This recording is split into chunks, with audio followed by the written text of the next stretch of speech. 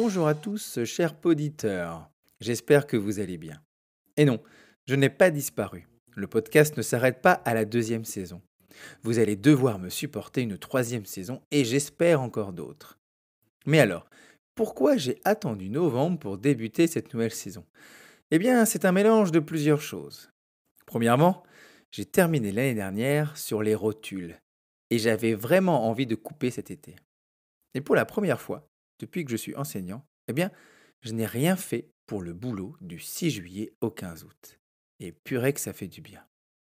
Également, pour la première fois, je n'ai pas culpabilisé de ne rien faire. Je n'ai pas, mais alors pas du tout, pensé à ma classe. Couper les réseaux m'ont beaucoup aidé. Du coup, quand j'ai repris le boulot fin août, j'ai d'abord pensé à la rentrée plutôt qu'au podcast. J'ai aussi laissé mes deux acolytes tranquilles, et puis je voulais aussi vous laisser le temps de rattraper le retard pour certains. Et oui, avec un épisode par semaine plus le boulot, je sais que le rythme d'écoute était difficile à suivre. J'ai d'ailleurs constaté beaucoup d'écoutes durant les vacances, et cela m'a fait très très plaisir. Il fallait aussi que je rassemble mes idées, à savoir dans quelle direction je souhaitais aller pour le podcast. Les invités et les projets. Je souhaitais mettre cela un peu de côté pour me consacrer à la pédagogie. Bon, toujours avec des invités, hein. On verra si les prochaines émissions arriveront à me satisfaire moi, mais aussi vous satisfaire vous, de ce côté-là. Avec Thomas et Charlène, on a aussi eu du mal un peu à se réunir, car la période 1 n'a pas été de tout repos. Mais bon, j'ai pris plusieurs décisions. Déjà, les émissions ne seront plus publiées le samedi, mais le mercredi. Bon, ça je sais, ça ne change pas grand-chose pour vous. Mais la deuxième chose, c'est que la fréquence des émissions ne sera plus hebdomadaire, mais plutôt bimensuelle. Ce qui vous laissera à vous, chers auditeurs, le temps de m'écouter et à moi de m'organiser et d'enregistrer, je l'espère, des émissions de qualité. Et puis, j'avais aussi envie de faire une petite pause. C'était un rythme effréné depuis 2 ans. J'avais vraiment besoin d'une coupure. Bon, voilà pour les explications. Et si je vous parlais un petit peu de ma rentrée?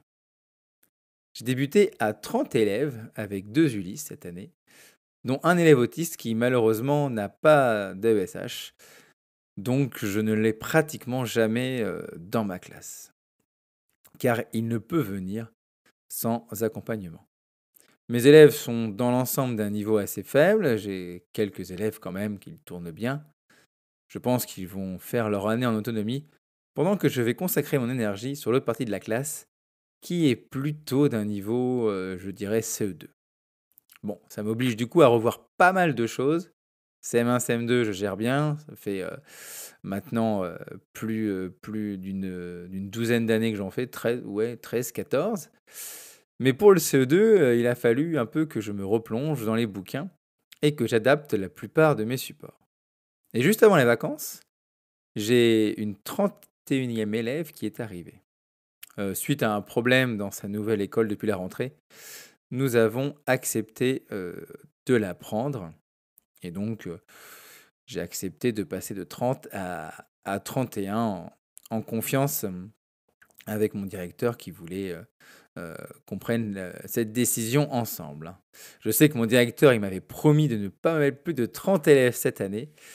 Mais bon, compte tenu du dossier, du traumatisme qu'elle subissait depuis la rentrée, j'ai accepté de la prendre. Compte tenu de leur niveau et de leur envie, et de leur maturité aussi, j'ai du mal à travailler en atelier tous les jours avec eux. Ils manquent d'autonomie, comme je disais, ils n'arrivent pas trop à travailler en groupe. Ils sont plus efficaces seuls à une table. D'ailleurs, en conseil d'élèves, ils me demandent de plus en plus des tables individuelles. Tout ce que je déteste. Sinon, c'est la dernière année que je travaille sur le thème Harry Potter.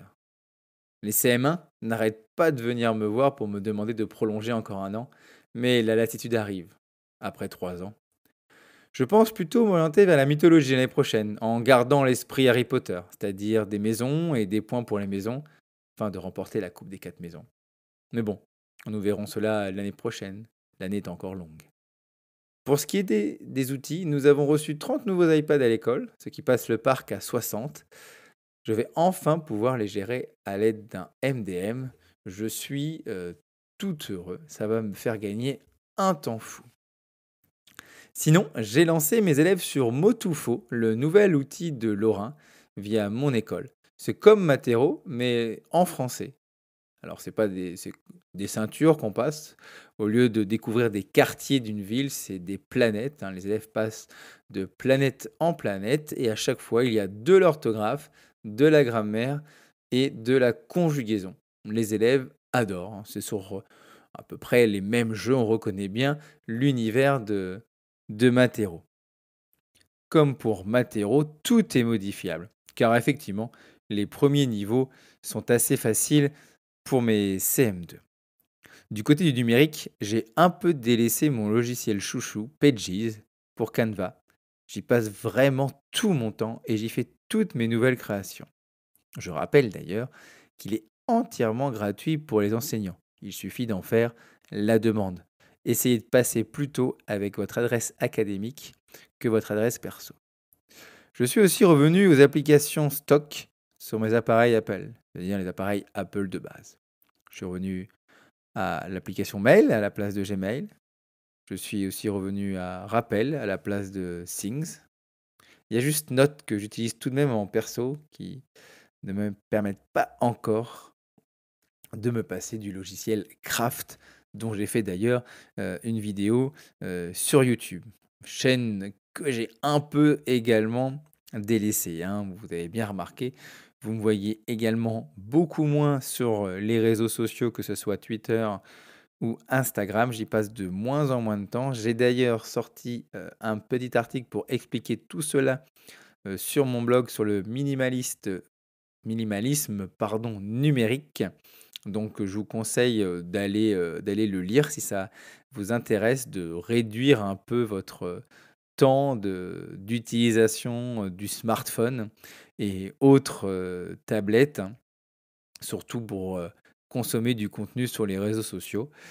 Et en tout cas, moi, ça m'a changé la vie. J'ai beaucoup plus de temps pour moi, pour faire autre chose.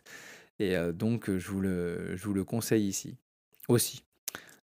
Donc du coup, bah, je vous donne rendez-vous la semaine prochaine, hein, pour le nouvel épisode, le vrai premier épisode. On va pas attendre les 2 semaines, hein. Là, vous aurez la chance d'en avoir un dans une semaine. Donc nous sommes aujourd'hui le 9 novembre, donc nous serons le 16 novembre avec un nouvel épisode.